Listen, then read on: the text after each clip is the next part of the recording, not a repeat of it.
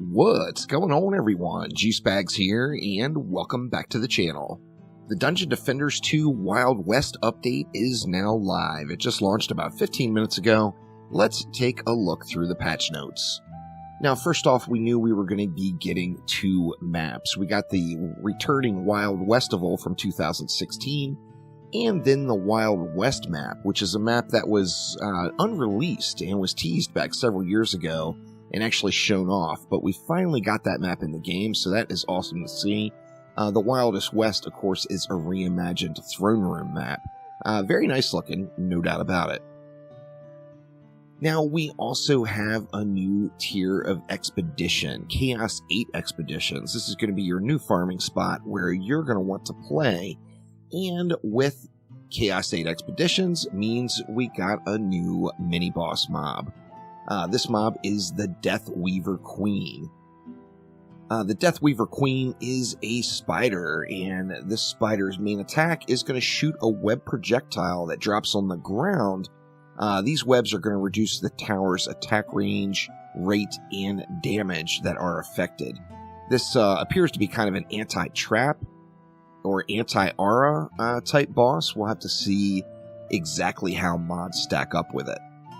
Now, with the new mini-boss, we also have a new regular mob, as each different Chaos tier introduces a new enemy, and the new enemy is the Death Weaver, which is a regular spider mob that is going to do the same thing. So it's going to drop webs on the ground when they die that are going to reduce that tower's attack rate, range, and damage. Now, we got some brand new shards, and some of them actually look pretty cool. First off, Celestial Power. Starfall gives X more star power per star. Double Tap is one that I'm looking forward to checking out. Skeleton Archers have a chance to fire twice in succession. This could just make archers viable again. Freezing Rain. Geyser Traps have a 5 to 39% chance to freeze all targets. Freezing Vault. Broom Vault will stun enemies for X amount of time, increases vault damage by X amount. Gravity Bot Damage. Increases anti-gravity bot damage by X%, replaces the enhanced launcher shard. And then the Juggernaut Hyper Shard. Increases damage resistance by 2% to 20, and increases your health by 39% to 70%. I think this shard could end up being essential for any melee characters, and really could be quite powerful in that situation. And then adding to the Strike Shard is Venomous Strikes. This is going to be kind of huge, I think, folks. This adds poison just like the other Strike Shards does. So it's got a chance to add magical poison damage to the enemies, which, of course, poison is step 1 of the Petrify combo. This shard could be quite the hot item. As far as the shards themselves go, the ones I personally am the most excited about, I think, is Double Tap and Venomous Strikes. I think both of those definitely have a lot of potential. Geyser Traps, not kind of sure on that one. Celestial Power, I think, will be kind of a no-brainer if you are an active Dryad player. Freezing Vault, I don't really think there's going to be a whole lot of benefit from that one. I mean, of course, everything is going to give a benefit. However, I don't really see many people broom vaulting near enemies. It's used mainly for mobility and getting around the map. Gravity bot damage could be good, but it's back to something that doesn't get used very often. Juggernaut, once again, I think that's going to be kind of a no-brainer for any melee characters. No doubt about that one. And then, of course, there is some new mods. Runaway Minecart, Shadows, and Flying Goats. Spicing up the mod game with new projectiles like the Shadow Entity, the first ever armor exclusive mod, and plenty of variations on attack damage, burn, and defensive skills to protect and defend Etheria. So first off, we got the Curse of the Rattlesnake. Primary attacks have a chance to poison enemies, dealing % hero damage for certain seconds, and then stuns enemies for X seconds after the duration ends. Now, this will be absolutely wonderful. It depends on that proc chance, I think, though. If the proc chance is high, then I could see this one being a very, very useful mod to get that poison applied and then guaranteeing a stun at the end of the poison. Runaway minecart. Primary attacks have a percentage chance to spawn a minecart, dealing a percent of your hero damage stat and knocking enemies back. This one looks pretty cool. For like the Nuke Monk, I think this is one I'll probably be adding on, just because it is a hero damage hero, so I'm going to be stacking the hero damage stat. And it seems like it'd be pretty cool. Just the knockback alone is going to be very beneficial. Desert Shadow. Once every 5 seconds, your primary attack spawns a shadow entity that bounces between nearby enemies, dealing a percent of your ability power as damage.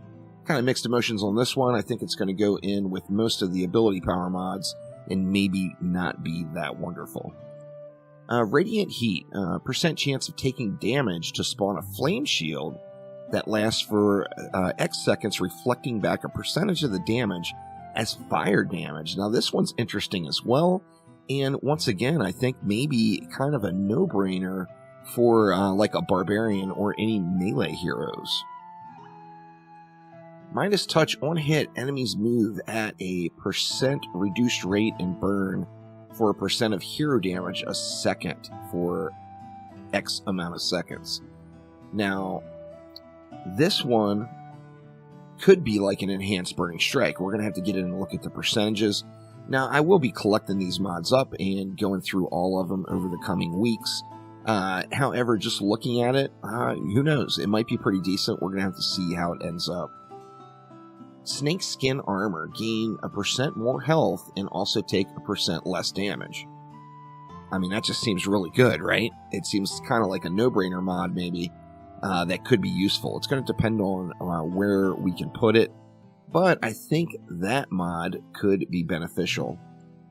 And then the Goat Launcher. Once every 2 seconds, your attacks spawn a flying goat that explodes on impact, dealing a percent of hero damage as damage to all nearby enemies. This one too, it sounds like it might be for the memes, but it might be good. I mean, we're going to have to get in and try that mod out. If the Goat Launcher and the the Runaway Minecart, if those two will both stack, that could be some awesome amounts of fun that we will see there. Alright, and then there's new pets coming to the game. These are the voodoo pets. These are kind of voodoo throwbacks of some of the Guardian heroes from DD1. We got the Apprentice pet. Fires a tornado towards your enemies, dealing 1850% magical hero damage and knocking up enemies for 5 seconds. Drops from Prime 7 chests. The Huntress pet fires a piercing flaming hawk, dealing 2000% magical hero damage. Drops from Prime 7 chests. Fires a beam towards your enemies, dealing 2000% magical hero damage. Drops from Prime 7 chests. Fires a Chi Blast, the monk with the Chi Blast. That's going to be good, dealing 2000% magical hero damage. Drops from Prime 7 chests. Now, looking at these, they're all basically the exact same thing as far as the stat goes. However, the Chi Blast, I think, is going to be AoE. Actually, you think they would all be AoE. We're going to have to see. And then the Tornado, of course, is going to end up giving some crowd control in the mix with that knock-up. So I think the Apprentice pet could end up being the superior version of the 4 new pets. We got Kobold King pets. The Kobold King and the Kobold Bling King. They throw a sticky bomb that deals 1,000 hero damage on impact and spreads mini bombs to nearby targets, dealing 500% hero damage. Drops from the Kobold Bling King Incursion. This one too, it seems like it might be worth checking out. It's definitely very interesting. The Jackalope pets, the normal Jackalope and the evil Jackalope. Nearby enemies take 1,000% magical hero damage, deals 50% less damage, and take 50% extra damage for 9 seconds. Drops from the Wild West region chest. Now this deal 50% less damage and take 50% extra damage. That does not seem worth in any means whatsoever if this is referring to the hero. So, not sure on the Jackalopes. That may end up just being a collectible item. Of course, we got to have a monetization update. And the big monetization update is, many will say, is closing the loop on the pay to win. And that is the new material shop. You can now buy crafting materials with defender medals and gems. Now, the pay to win aspect of this is capped out at Chaos 8. You can't buy Chaos 9 amps. You're going to have to get those. You can't get them through the material shop or the material conversion vendor. So you can pay to win to Chaos 8, but you cannot pay to win to Chaos 9. And then balance changes. Let's take a look here and see if it's balance or if it's all nerfs. Oh, we're going to start right off with a buff. The skeleton archers increases the attack cone range to 170 degrees from 160, so they got an additional 10 degrees of attack range. That means that there's only going to be 20 degrees out of your loop on each side that the archers cannot hit. So they're actually just 20 degrees total, right? That is potentially going to be good. It's going to be 10 degrees that you can't hit on each side. So archers are going to be worth checking out in this update for sure. The flamethrower tower got an attack range boost of 25%. That's really, really small, but anything is welcome on that one, as the range is just so darn short. The Dryad. Now this, I know, is what people are going to want to see. The Dryad's AI has been a complete train wreck for many, many, many years, and it now has another AI change where enemies are now targeting the closest enemies. That, I think, could be huge for the Dryad, no doubt. And then the World Tree now has 5 upgrades with 4% extra range with each upgrade. So your World Tree is now going to be upgraded all the way, and you're going to get that range boost each time. The EV2's anti-grab bots, they're active for 1 minute, and the damage was increased by 25%. I mean, that's a nice little buff there, no doubt. The Ice Needle, and here comes the Nerf bat. Reduced damage scaling by 50%. Wow.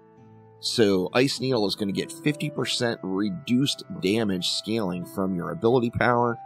Ice Needle's still probably going to be crazy strong, but that is a big smack in the face right there. The Geyser Trap got its recharge reduced to 2 seconds from 4 seconds. That's certainly more than welcome. Blaze Balloon got its DU reduced. That one's not really that big of a deal, I don't think. Concussive Shots increased the damage radius to 600 units for 300 and increased damage scaling by 15%. So good stuff there for the Huntress, no doubt. And then the Lavamancer Volcano. The upgrade scaler is going to be increased, so it's now going to be more worth to upgrade your volcanoes, and the DU got decreased down to 80 from 100, so good stuff there for sure. And then the Mighty Ballista. The Ballista is extremely powerful, but it is expensive, and a reduction in DU cost there is certainly quite welcome. Now there's some shard changes here. The Charged Blast V2 increased cost percentage cap to 100% from 95%. Cthulhu's Influence increased targeting multiplier to 100 times from 10 times. Increased chance to charge enemies from 3 to 27%. And increased max time for charm to 12 seconds from 7 seconds. It seems like quite the nice buff for Cthulhu's Influence there. Meteor Rain increases the max ability power percentage to 1500%, but reduces the range of it. And then Smashing Fists is increasing the ability damage by 100%. So a few nice, although fairly minor changes on the shards. Now here we go. The mods, all anti-mods, changed scaling to additive. That right there is the largest nerf that the game has seen in many, many years. Pretty much anti-mods have always been the thing to do. We're going to have to go through and do some math. Anti-mods may not be the thing to use anymore, because one of the things that made anti-mods so powerful was their multiplicative stacking and scaling. This being additive now is a big smack, and it doesn't appear Or actually, 2 of them got buffed and 2 of them got nerfed. Controller servo got nerfed into the ground. Reduced percentage by 28%, so take your controller servos and throw them all right in the trash, y'all. See, ranged in melee, anti-melee is reduced as well. However, Chaos, Support, Frost, and Mini-Boss got buffed slightly. And then Orc, Warboar, Skeleton, and Goblin got buffed by a nice amount. So as far as anti-mods go, first off, they're not multiplicative scaling anymore. So is it even going to be worth it to use anti-mods anymore? That's the big question. Grave Infection increases damage to 6 million from 2 million, which 2 million after it was fixed, where it no longer ticked every second, is absolute tickle damage. So 6 million is just nothing. It's not going to make Grave Infection worth using. Definitely don't even look back at Grave Infection again. It will never be the same anymore, I don't believe. Lingering Hellfire now scales off tower damage, Firing Fangs, Fire Blossom. All of these now scale off of tower damage. Now those will be worth checking out. Drain Aura now scales off defense power. The biggest meme mod in the game could potentially be useful. We're going to have to check it out and see. But that is a nice addition. It gives you another damaging tower in the boost aura that you can throw right up front there. Diverse Power was increased by 8%. Diverse Crit decreased. Big nerf for Diverse Crit. Diverse Crit Damage. Big nerf for Diverse Crit Damage. Drakenlord's Soul reduced enemy slowing to 30%. Drakenlord's Soul was mainly used to add the CC in and to help with flyers. So this is not really a huge deal there. And then Pole Launcher projectiles are now AoE damage. So some big nerf bat swings here with the anti-mods, no doubt. It's going to be debatable now. We're going to have to go in and do the math and see, is it better to use Diverse over anti-mods? They were both really, really close before, and in fact, if you used enough defenses, Diverse was slightly more powerful prior. However, generally speaking, the anti-mods were better before with that multiplicative scaling. I don't think that's going to be the case anymore, as this just looks like a huge nerf. Pets. Pets now scale with the hero's crit chance. Pet empowerment stats now scale off of hero gear score. Now this is a big stat boost. Huge.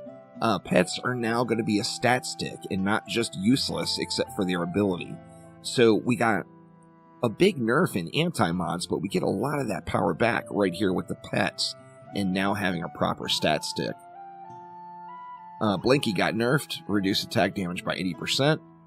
Weapons tightens the spread of the 3 projectile shot type. This might make 3 projectiles worth using. I know some people preferred them before. I've always been a 5 projectile player, as I like to fight mid-range. But for long range, 3 projectile shot types will be the way to go if you want to stay back really far. Rail Round increased the damage by 300% for all tiers. The North Pole increased fire rate to 3 shots per second. Shots can pierce 6 targets. Tsunamic Chlorophyte arrows fire 3 shots per second, and they got their spread tightened up. Tsunamic Jester arrows fire at 5 shots per second. That actually might be pretty good, and they got their spread tightened up as well. The Blinking Bow got a damage buff and now deals AoE damage. It actually dealt AoE damage back at launch. So other than the buff, I think this is more of a bug fix, as it's now dealing AoE damage again, as it did originally. Harbinger's Fist now has the double shot type. Mixed emotions on that one. Not really sure if this will be a useful bow there at all. Harbinger's Watch now has the diamond shot type, and that actually is going to be very good for any apprentice mains. And then Diamond Shot was changed. It now has a 4 shots per second, so Diamond Shot 3 is going to be the one that you go for.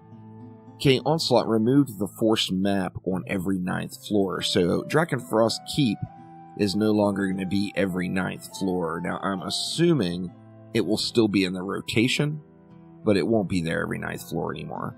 And then added a title for reaching floor 999. Now there's a bunch of bug fixes here. I will put a link down in the description below to the patch notes. Make sure to head on over and check them out. So I'll be live later on today checking out the Dungeon Defenders 2 update. Got some things I need to get together this morning before I get started, but we will be checking out Chaos 8 Expeditions in just a little bit live right here on the channel. So thanks so much for watching, and I will see you live in just a little while. Take it easy.